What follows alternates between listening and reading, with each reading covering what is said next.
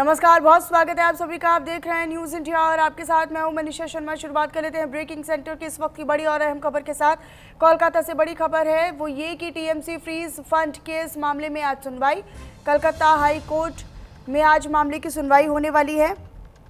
ये बड़ी जानकारी अब तक साझा कर रहे हैं। इस पूरे मामले की आज कलकत्ता हाई कोर्ट में सुनवाई होगी। ईडी की कार्रवाई के खिलाफ टीएमसी की याचिका पर सुनवाई। 3 बैंक खातों में करीब 440 करोड़ फ्रीज हैं, उसको लेकर अब जो सुनवाई है वो आज कलकत्ता हाई कोर्ट में की जाएगी।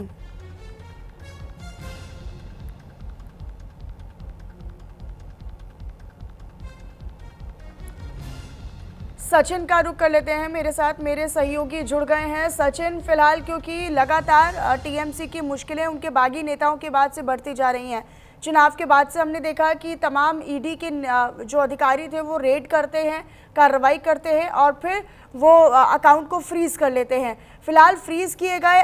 अकाउंट्स की क्या जानकारी है? क्या उनको लेकर आज कलकत्ता हाई कोर्ट में किसी पक्ष में फैसला आ सकता है, सुनवाई हो सकती है?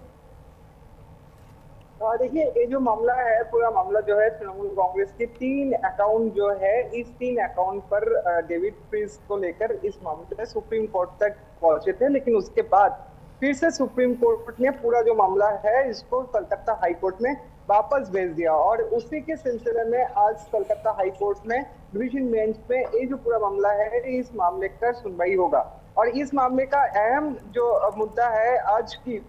मुद्दा है, सुनवाई से पहले ईडी को भी एक एफिडेविट फाइल करने के लिए,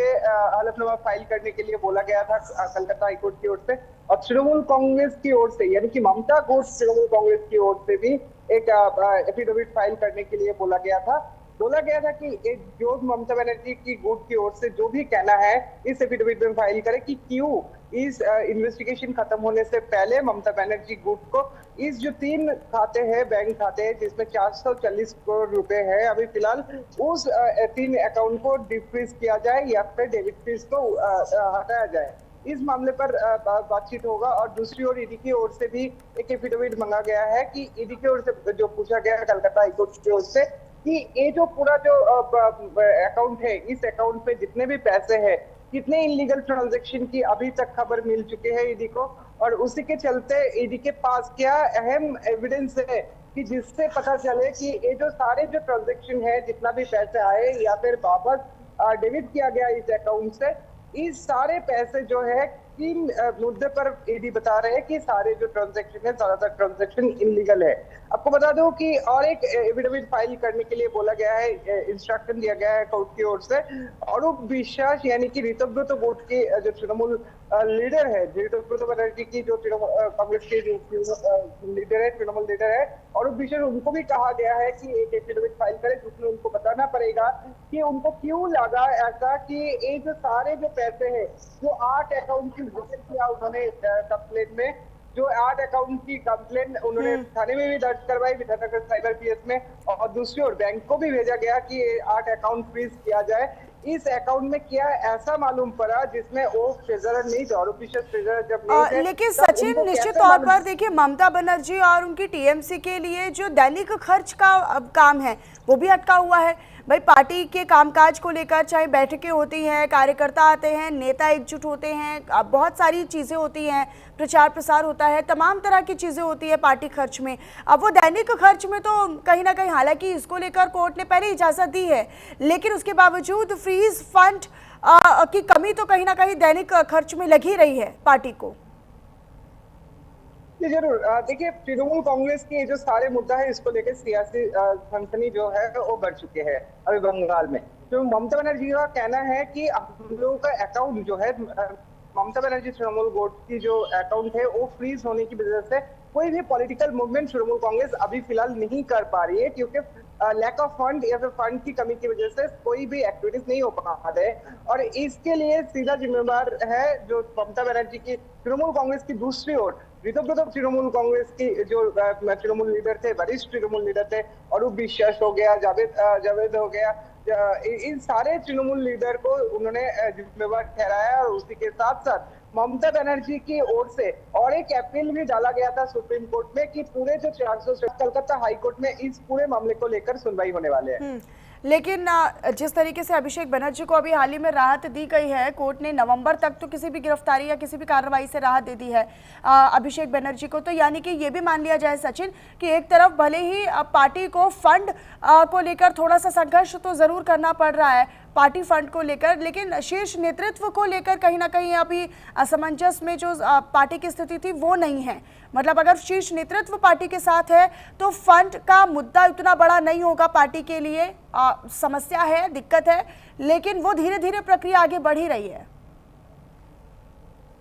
जी जरूर, अभिषेक बनर्जी के साथ साथ बहुत सारे तृणमूल लीडर जो है अभी तक ममता बनर्जी गुट की जो तृणमूल लीडर है उनको बहुत देखा गया है, चाहे अभिषेक बनर्जी को कलकत्ता हाई कोर्ट से राहत मिली हो या फिर डिस्ट्रिक्ट कोर्ट से बहुत सारे तृणमूल लीडर हो डिस्ट्रिक्ट लेवल पर, उन सारे तृणमूल लीडर को राहत मिलते हुए देख रहे हैं। मतलब उन लोग के खिलाफ जो भी एलिगेशन थे उसके खिलाफ इन्वेस्टिगेशन जारी रहेगा, लेकिन उनको बेल मिलना या फिर प्रोटेक्शन एक्सटेंड होना, ये सारे चीजें तमाम कोर्टों पर चल रही है। मतलब इसी मुद्दे पर ममता बनर्जी पिछले कल को फेसबुक लाइव पर आके बोले है कि उन लोगों ने आगे की जो कार्रवाई है पार्टी की जो मूवमेंट है उसको तेज करेंगे, लेकिन उसके साथ साथ आज यानी कि कलकत्ता हाईकोर्ट में दो तृणमूल कांग्रेस के दो मामले हैं जिस मामले पर आज सुनवाई होने वाले हैं। एक तो पहली बात अच्छा तो सचिन क्योंकि हाल ही में सुप्रीम कोर्ट में एक याचिका दायर की गई थी तमाम याचिकाकर्ताओं की तरफ से ईडी की कार्रवाई को सीमित करने के लिए, ईडी के जो अधिकार हैं उनको लेकर उनके खिलाफ याचिका दायर की गई थी। तो अगर अब ये फैसला चाहे वो टीएमसी के पक्ष में आए या फिर उनके विरोध में ये फैसला आए, मतलब अगर फ्रीज हुए अकाउंट को फिर से रिलीज कर दिया जाता है वो भी, और अगर नहीं किया जाता है तो वो भी, तो क्या वो जो पिछला आदेश था या याचिकाएं थी ईडी के कामकाज को सीमित करने के लिए, उसमें भी फर्क देखा जा सकता है, उस पर भी इसका असर होगा क्या? दोनों को एक साथ देख सकते हैं क्या? जी जरूर, क्योंकि यहाँ पर देखने को मिल रहा है कि ईडी जब से इन्वेस्टिगेशन हाथ में लिया है उसके 3 दिन के अंदर ईडी ने ये जो 440 करोड़ रुपया जो है इसको फ्रीज कर दिया था। 3 अकाउंट, 3 एचडीएफसी बैंक की जो 3 खाते इसमें फ्रीज कर दिया था। तो पहले जो हफ्ते है फर्स्ट वीक में तृणमूल कांग्रेस को लगातार टास्क फेस करना पड़ा, लगातार संघर्ष करना पड़ा अपने फंड मैनेजमेंट को लेकर, और इसके बीच बहुत सारे तृणमूल लीडर ऐसे हैं, बहुत सारे तृणमूल वर्कर ऐसे हैं जिनके लिए जमानत के जो पैसे हुए वो तृणमूल कांग्रेस की फंड, ममता बनर्जी की जो फंड है उस फंड की ओर से नहीं जा पा रहा था। और इसी को लेकर पहली जो पिटीशन है कल्याण बनर्जी ने मुफ्त किया था कलकत्ता हाईकोर्ट में, पहला पिटीशन यही था कि तृणमूल कांग्रेस पूरा जो फंड है इसको कोई ठोस सबूत के बिना ईडी ने फ्रीज कर दिया था। और कल्याण बनर्जी ने भी ये भी जिक्र किया था कलकत्ता हाईकोर्ट में कि ईडी के जो पावर है, ईडी की जो क्षमता है उस क्षमता के मिस यूज किया जा रहा है। और हम लोगों ने देखा कि सुप्रीम कोर्ट में भी जब हियरिंग चल रहा था इस बात को लेकर कल्याण बनर्जी ने आवाज लगाई थी कि सुप्रीम कोर्ट को अपील किया था कि ईडी की जो क्षमता है, ईडी की जो पावर है उसका मिसयूज लगातार किया जा रहा है बंगाल में। और इसी के चलते पूरा जो ईडी का जो पावर है इस पावर को थोड़ा बहुत सीमित किया जाए इस मामले पर। हालांकि मांगे किया गया था कि तृणमूल कांग्रेस की इस मामले पर। ठीक है सचिन, अपनी नजर आप बनाकर रखिएगा। शुक्रिया बहरहाल आपका इस तमाम जानकारी को साझा करने के लिए। खबरों में आगे रुक कर लेते हैं। बड़ी खबर यह है कि रक्षाबंधन से पहले दिल्ली सरकार ने बड़ी सौगात दी है।